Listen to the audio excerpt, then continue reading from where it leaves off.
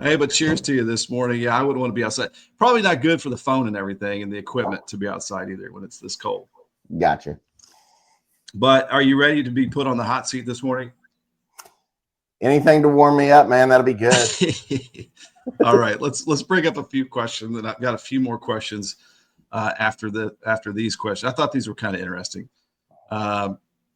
So question number one. Also, by the way, if you're watching, Brad Weddington is a local custom home builder for Southern Indiana, and he actually built this home that I'm in right here. Brad, this was your first home starting your new business?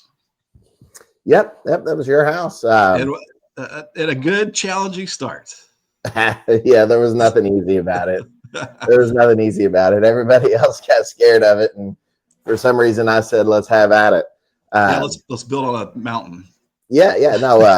I mean, there's over the years, there's all kinds of cool features people put in because, every home is just as unique as what we build is just as unique as the people that are building them.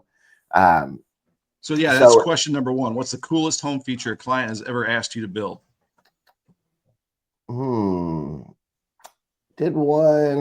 We did a house for an engineer about 8 or 9 years ago that we had a elevator in. We were going to do the elevator, but the price of the elevator was pretty exorbitant. So we actually framed it in, set it all up to be able to do an elevator. And she was going to do that in the future. So we basically did the shaft, got all the electricity there, got everything there that she needed to be able to do a residential elevator, which I thought that was pretty cool. That would be cool. My neighbor, Steve Miller, actually built himself a neighborhood with I don't know, pulleys and stuff. Yeah. I don't know how you're talking about up on the top of the hill. Yeah. There's unique. I mean, there's little things like, people are doing Costco doors now, things like that. It's really neat when we do a hidden door feature where we build it into a bookcase to where there's a hidden door back behind there, whether it's a safe room behind there or just a closet. Little unique touches like that, they just go a long way. Yeah, very cool. All right, we've got a question here. Pop it in the comments real quick. We'll take a quick little detour here from Erica Risotto. Any tips for selecting / putting up a fence? Primarily our puppy. Any considerations? It all depends on the subdivision. If you live in a subdivision, you're going to definitely have HOA rules behind the type of fencing that you can put up. If you're out in a rural area, you're not going to have those same restrictions. And then once again, price comes into play. So if you're out in a rural area without any HOA restrictions, fencing dollar for dollar, chain link's going to be the best route to go for a dog. The problem with that is, like I said, a lot of times in HOAs, they're not going to allow that. Some HOAs will allow what's called vinyl coated chain link, which you can get that in different colors. That's pretty neat because you're not going to get that rust effect that you typically get on a chain link fence. But for dollar, your chain link's going to be the best way to go. If you're in an HOA, a lot of people will use the aluminum system, which is aluminum pickets. Very nice, very clean, kind of gives it that wrought iron look for less cost. But it's still quite a bit more than chain link. But the number one thing to make sure that you do, regardless of whether you're in a subdivision or in a rural area, if you're going to get anywhere close to those property lines, make sure you have a licensed surveyor. Yeah. Survey your points. That becomes an encumbrance if you try to sell your house. Oh my goodness, it does. And then there's not like a rule on where exactly you have to put the fence. I just know that most fence contractors, if you have a professional survey done, they will still typically set that fence in about 6 inches just to make sure that you're covered and you're 100% on your property. We lived in a neighborhood in Okolona and it had HOA and all that stuff. It was like a 4-foot fence rule, but we had a busy road behind us and I was like, that's not happening. So I went ahead and put up a 6-foot fence. Yeah. And it kind of passed. We got away with it basically. So I wouldn't advise that. No. I wouldn't advise that route, but it sounds like something I would do too. So Yeah. All right. Good question there, Eric. And again, if you guys have any questions, drop them in. We've got question number 2. Again, you were in the middle of talking about some cool things that clients have asked you to do, like an elevator. And you mentioned Costco door. That's the door that goes from your pantry to the garage. Yep. And you can just pull in the garage, open up the door, throw in the groceries into the pantry, and boom, there you go. Yep. So here we go. Another cool feature before we jump ahead that I just thought about is, a lot of our floor plans that we're doing now, you'll have access to, you'll have the master bedroom, you'll have the master bathroom, you'll have access to the master closet. And then a lot of times we're having a door out of the master closet to the laundry room. That way you can basically do all of your laundry without ever leaving that master suite area. It's pretty cool. Yeah, and we put our laundry upstairs next to our bedroom. So, again, convenience factor. Yep. All right. Question number 2 for Brad. What's one thing homeowners think is super important, but it really is not a big deal? It's kind of a tough question. Insulation comes to mind sometimes. And what I mean by that is, a lot of people are pretty hot, like people that have done a little bit of research on the front end and they're looking to build a home. One of the things they typically hone in on pretty hard is insulation.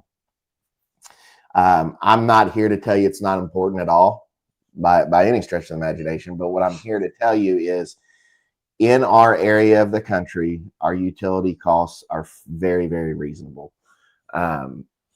So when you look at bang for your buck, what am I putting into this house that's I'm really realizing in a short period of time as far as monetarily? Insulation, most of your loss is going to be through the ceiling because heat rises. You know how that works, Ben. Yep. So when people are putting a bunch of money into foam insulation on their walls, most of your heat doesn't lose it this way. It loses it this way. So there's a lot of cost affiliated with that to fully foam your house. On top of that, if you do a fully foam insulated house, you've basically created, I'm going to say, a Yeti cooler kind of above ground. So if you were to take an old cooler and let it sit there in the heat, couple days, open the lid, it's going to have a musty smell to it because it's the air hasn't had any movement to it. So when you do a fully foam insulated house, you have to do what's called an ERV, which basically pulls fresh air in from the outside. So it's too tight. Yes, it's too tight.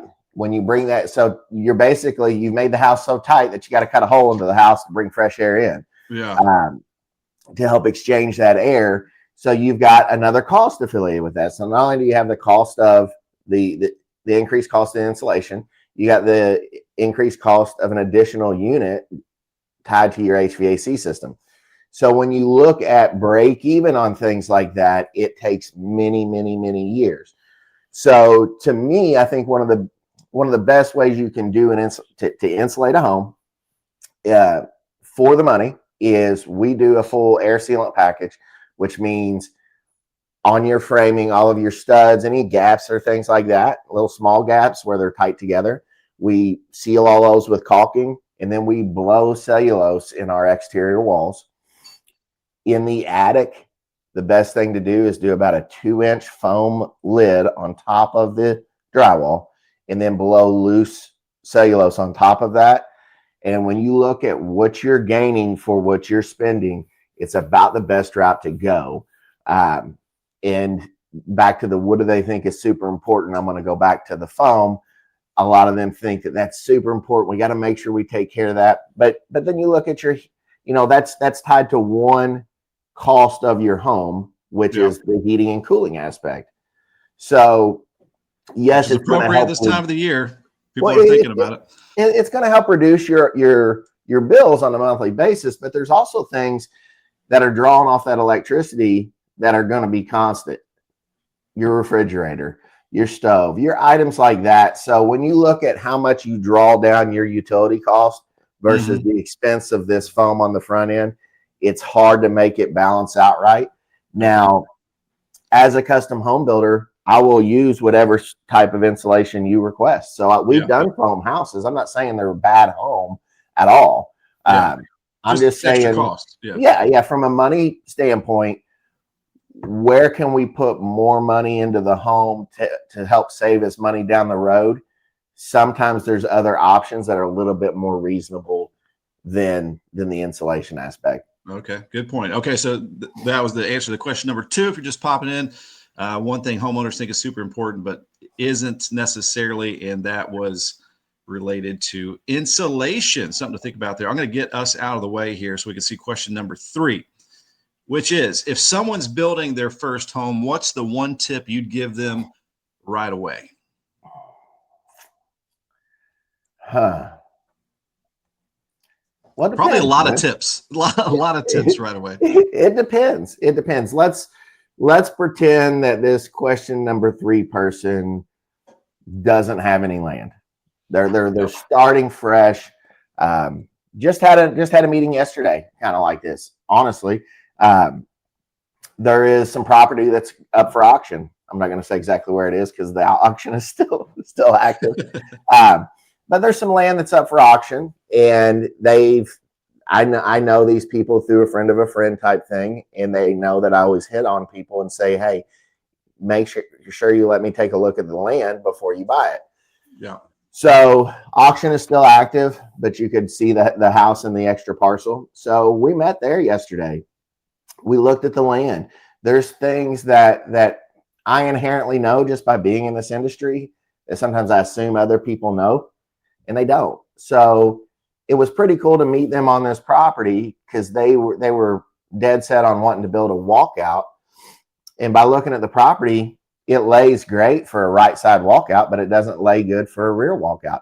They were good with that. But it's letting me come out and look at the land is the big thing, because you know as well as I do, Ben, the land makes a huge difference on the cost and the ability to build the home. Yeah, what's interesting, like, you got to start from the bottom up, because the lay of the land can change the eventual architecture of your home. Because we just had one little flat spot. We couldn't build like a ranch out here. We had to go box on box on box. So what we originally thought we could do, we could not do. We just had to work with whatever land that we had out here. So that might be true for somebody else as well. Oh, a lot of times the land, yours was a specific case too, to where, yeah, you couldn't have a large footprint on your home. It just couldn't happen. You didn't have enough room to do that. Even though you had 30 plus acres to work with. So be leery is what I tell homeowners too. When you find land at this great price, let me come look at it first. because most people know what they own, you know, and if it's a good quality buildable lot, they're going to know, and they're going to charge accordingly. And like, if you get a discounted lot, like, you might end up having to pay a lot more to make it buildable. I mean, there's a lot in this neighborhood that has a creek running right through the middle of it. Might be able to build on it, but you might have to have an engineer come out and have to spend a lot of money on that. So you never know. Well, over the years of doing this, we've crossed a creek or two, and that's a fun experience where, if it's on the map as what's called a blue line stream, in other words, if it's on the DNR map as a stream, and you're going to cross it, we've done it twice, 2 projects. One project we're just now finishing up. You have to get permitting through DNR, IDEM, which is Indiana Department of Environmental Management. There's all kinds of permits you have to get to cross a blue line stream, which the typical homeowner has no clue about. Me as a builder, until about 3 years ago, I didn't know how to accomplish it, and I just, and a lot of red tape scares me. Yeah, it's not as scary as you think. It's just more paperwork. It's more time. It's crossing more T's, dotting more I's. But yeah, there's things that the average homeowner, when they look at a piece of property, if there's a little creek going through it, they might think that's cool. Me as a builder goes, wow, we're going to have to build on the other side of this creek. Yeah. I'm going to have to get some authorities involved in it. And that time is money, and it all adds up. So got a couple comments popping in. Just want to say hello to some folks, and then we'll get back to a couple more questions I have. Robert Simpson, just hoping a little sunshine and a high above freezing today. We're going to try for both, Robert. And Christopher Ramos in the house here. Hey, what's shaking? I'm off in Texas battling tumbleweeds. Keep the snow over yonder, partner. And then Orlean Whitlow, do you recommend 2x6 walls because they hold more insulation? Anytime you're asking about exterior walls, for me, I'm a huge fan of 2x6 exterior walls. I am. What do you mean by 2x6? Okay, so your exterior walls on the house, like this wall behind me that's got a window in it, that's my exterior wall. On my house, it's a 2x4 wall because it was a cost thing. To go 2x6, it costs a little bit more. So you've got a 2x6 wall instead of a 2x4 wall. Oh, okay. So when you look at insulation, you've got, I'm going to throw some weird numbers because a 2x4 is actually only 3.5 and a 2x6 is actually only 5.5. So you've got an additional 2 inches of insulation in a 2x6 exterior wall. Plus you got the added strength of a 2x6. I always recommend exterior 2x6 walls. Okay. Doesn't mean everybody listens to it. It does. Like I said, on my own house, I've got 2x4 exterior walls.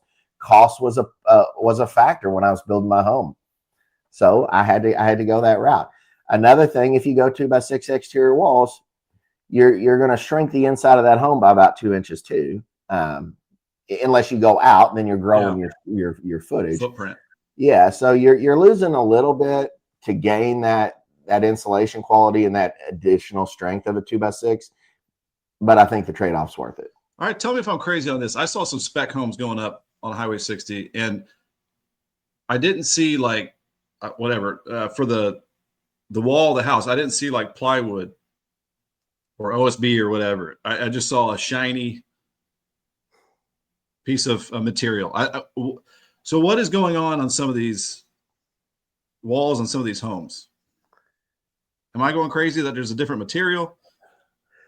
I don't like to talk bad about other builders. All right, could be on any highway. I'm just wondering, like, is this a new thing? It's not that new. Okay. It's you'll see a lot of production home builders use that material. It's 100% cost related. They've got a price point to hit. I get that as a business owner. I get they got a price point to hit.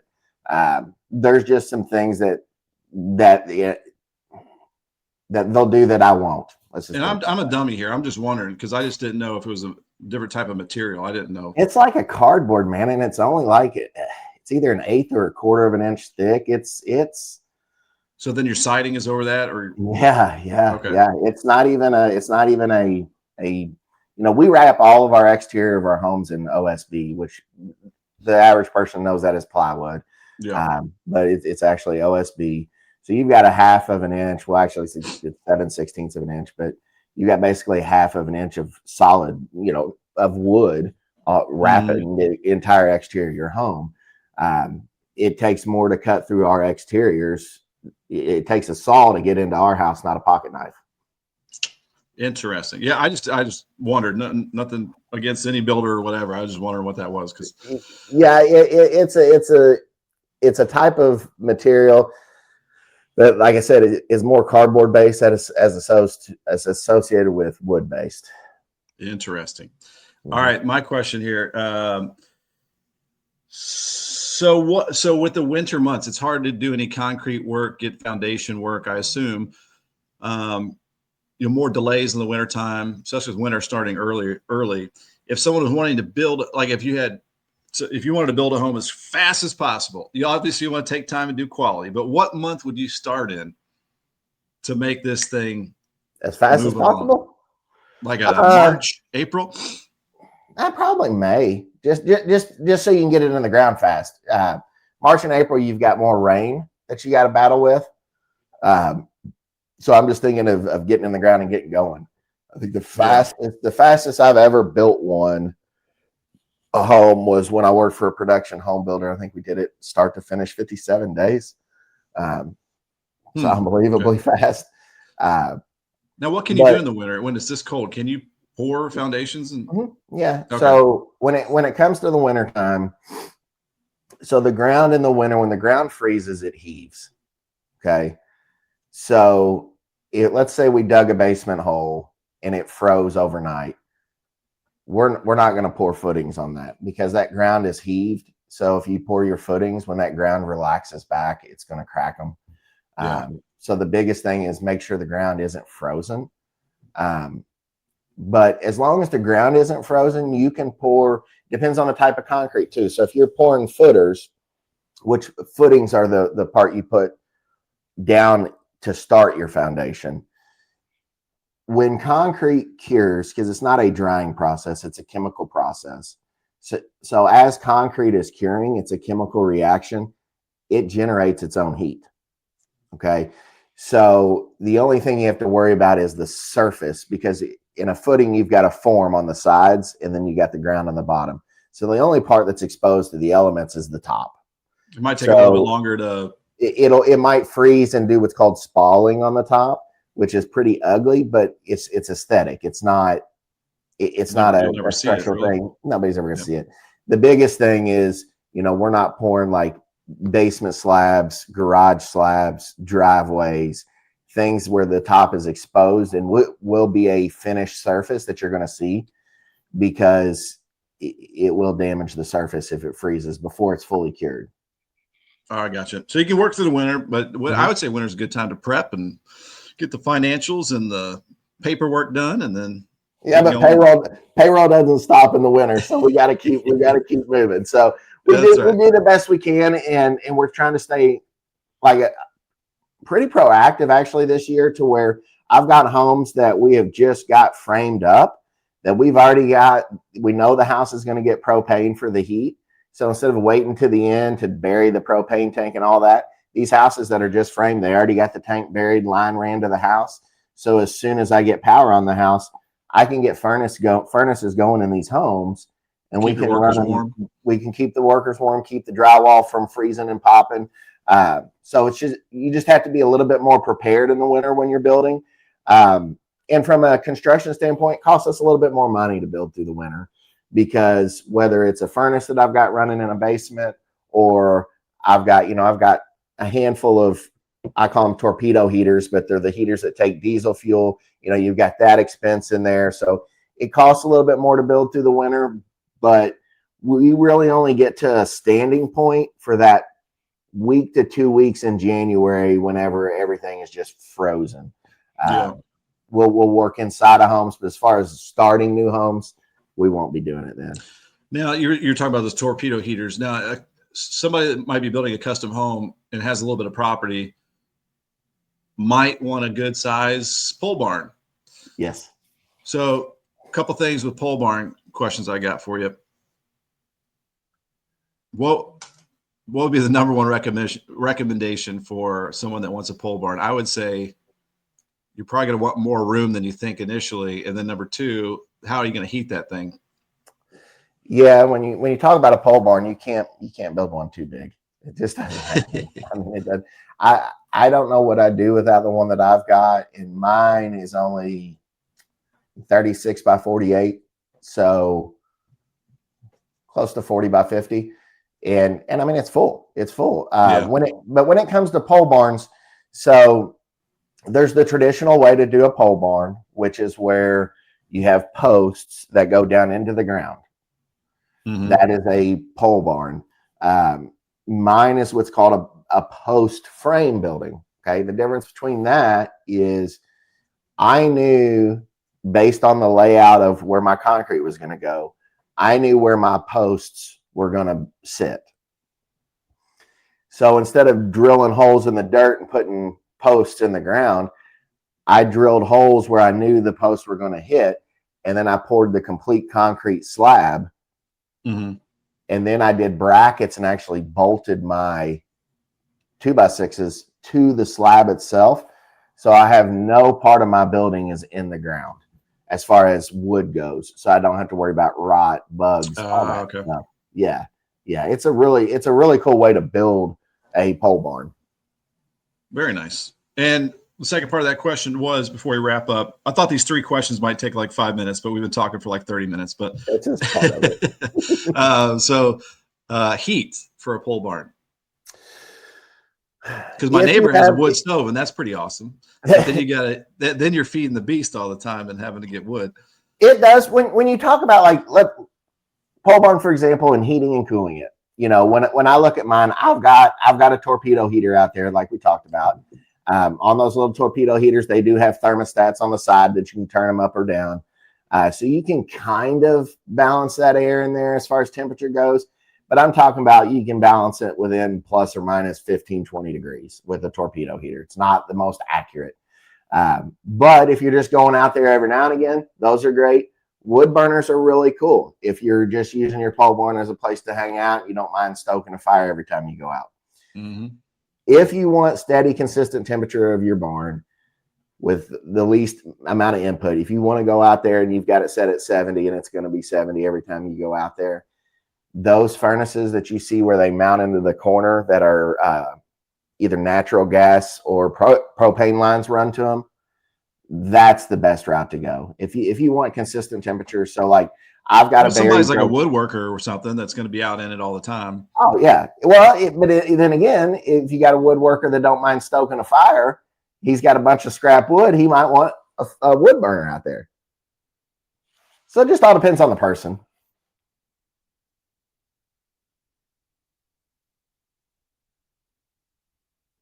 Uh-oh. I think I lost you, Ben. Yeah, we lost both of us. I think we're back on now. I got you back. Yeah, I got you. So, yep, I think that's all the questions. All right, if someone wants to get a hold of you, we got information below. It's Wednesdays with Weddington on Facebook. You'll find clips of videos, Instagram, Weddington Custom Homes, and WeddingtonCustomHomes.com. And if somebody wants to build a home, do you have an opening? I do for the fall. So right now we've got a couple openings for the fall. Like I said, it's a moving target. It's hard to tell when I have availability, when I don't have availability, because at any given time we've got a handful that we're bidding. So right now we do have openings in the fall. Who knows what 2 or 3 weeks will bring? Like I said, we try to keep a niche company and kind of keep us in that 8 to 12 homes per year range. And we're looking to track on that next year too. So we're pretty excited about it. Very good. All right. Thanks, man. Appreciate you joining us this morning. Fun conversation. We'll put you back on the hot seat. Well, we're going to do this every week, next couple of weeks, I believe. Yep. Because we skipped last week and then we got Christmas coming up here shortly. So I think we're going to do this every Wednesday for the next 3 weeks straight. Yep. And for you guys watching, try to get some hard questions for Brad, because you asked me hard questions. He deserves some hard questions too. Right. Give me the softballs, man. Give me the softball questions. No more softballs. All right. See you, buddy. We'll see you later. Right. See ya. Hopefully warmer next week. All right. That was Brad Weddington with Weddington Custom Homes. Always fun to talk with Brad. I always learn something. I don't know if you learned something or